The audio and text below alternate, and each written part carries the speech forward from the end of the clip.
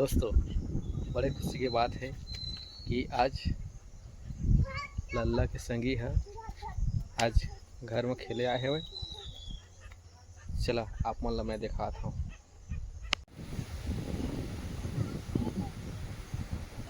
देखो कैसे हंसत खेलत मस्ती करत है। कोनो मोबाइल नहीं, बस अपन यार दोस्त और ढेर सारी खुशी। ऐसने बचपन के पल झन भुलाओ, ये याद मन जिंदगी भर मुस्कान देथे।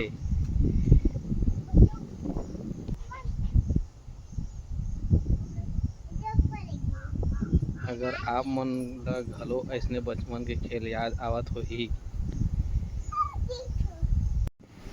ये देखा संगवारी हो, दोनों संगी देखा कैसे खेलत हे मस्त। काय करत है तुम दोनों जन? खेलत हो?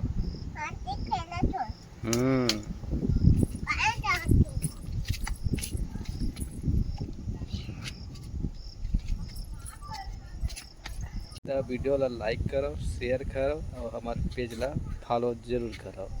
जय जवाहर।